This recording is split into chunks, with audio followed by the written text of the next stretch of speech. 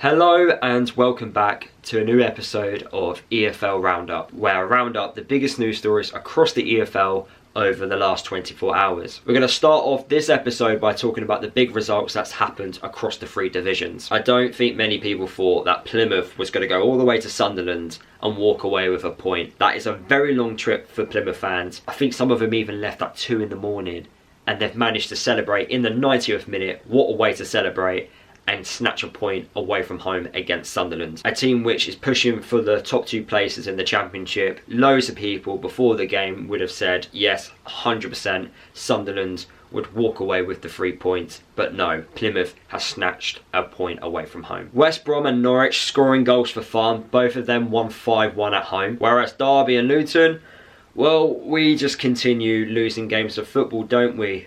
Both teams lost yet again. And finally in the Championship, since being appointed as Coventry City boss in November, Frank Lampard has won 7, drawn 3 and lost 3 of his 13 games in charge. He beat Watford 2-1 yesterday, and that makes it their 3rd consecutive victory. They are currently 6 points away from those playoff positions, and the fans at Coventry are starting to love life under Frank Lampard. Moving on to League One, Cambridge got a massive 3-2 home win against Mansfield. The gap between themselves and 20th in League One is currently 6 points, so it was definitely a much needed win. Bolton, who don't have a manager right now, managed to go to Huddersfield and walk away with a 1-0 win. It's got to be a good feeling for Bolton fans. They've been wanting Ian Evatt to leave the football club for a long time. He's finally gone, and look what happens. They managed to walk away with a 1-0 win against a very good Huddersfield side. And lastly, in League One, Leyton Orient extended their unbeaten run to 10 league games after picking up 3 points at home against Reading in a 2-0 win. Leyton Orient have surprised a lot of people. I don't think many thought they would be pushing for those playoff positions this year, but they're going under the radar. They're not making too much noise yet, but I do think they deserve a lot of credit, because 10 games unbeaten in League One, where there's so many big teams, deserves a lot of credit. Moving on to League Two, Bradford get a massive home win against top of the league Walsall. They won 3-0 and they extend their good run to 6 games unbeaten. There was a big win for Argyle United at the bottom of League Two. They managed to walk away with a 2-1 win against Fleetwood. Could this result be the start of a really good run of form that could help them climb out of those relegation places? And lastly, in League Two, Milton Keynes FC were unable to beat AFC Wimbledon. It ended in a goalless draw, making it 1 win in 9 games. Whereas with Wimbledon, they go 4 games unbeaten against their rivals. So what are the biggest news stories across the EFL? We've spoken about the results. What are the biggest news stories? In the Championship, Swansea are targeting a move for Leyton Orient player Ethan Galbraith. Ethan is having a great season at Leyton Orient. He has featured 23 times in League One. He is a very adaptable player. He can play anywhere in the midfield, attacking midfield, defensive midfield. He can play as a wide attacker, but in my opinion, his best position is as a right back. From watching him play, I think he's a really good passer of the ball. He does like to shoot from distance.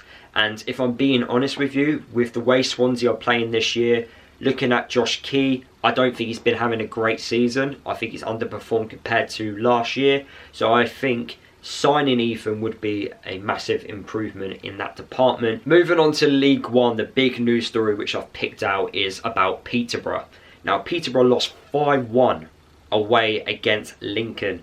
And let's just say Fergie was not happy with the performance. He said he was embarrassed by the complete mess of a performance, accused his team of having no desire, declared them the softest he has ever worked with in his career, and admitted the team is in real trouble if they don't buck their ideas up. For me, it's crazy that Peterborough are currently where they are in League One, a side that's always looking to push into those playoff positions or being around them, play attacking football. They love this model of signing players young and then letting them flourish and selling them on for big money. That can work, that is a good transfer model, but in my opinion, you can't just have a side that is full of youngsters. You need to add a couple of experienced players within that.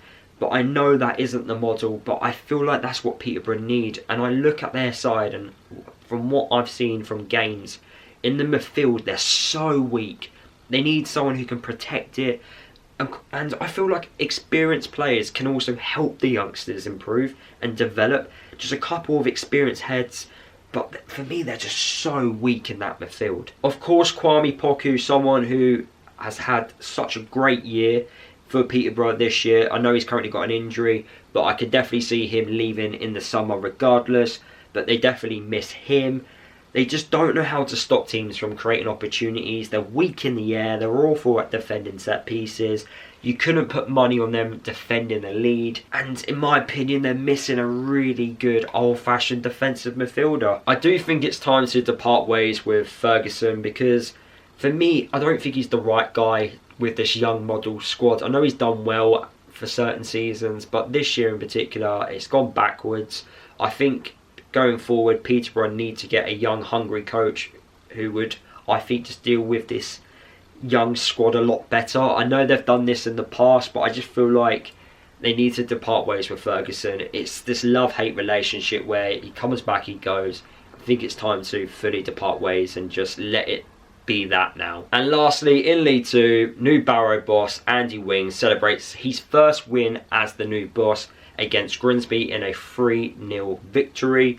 Barrow this season, it hasn't gone to plan. I don't understand why they hired Stephen Clements when they did. I thought it was the wrong appointment. Of course, that has now become true. But Andy Wing is going to get now into the end of the season to assess the squad. If he can improve them in front of goal, like they did today against Grimsby, they didn't have much of the ball.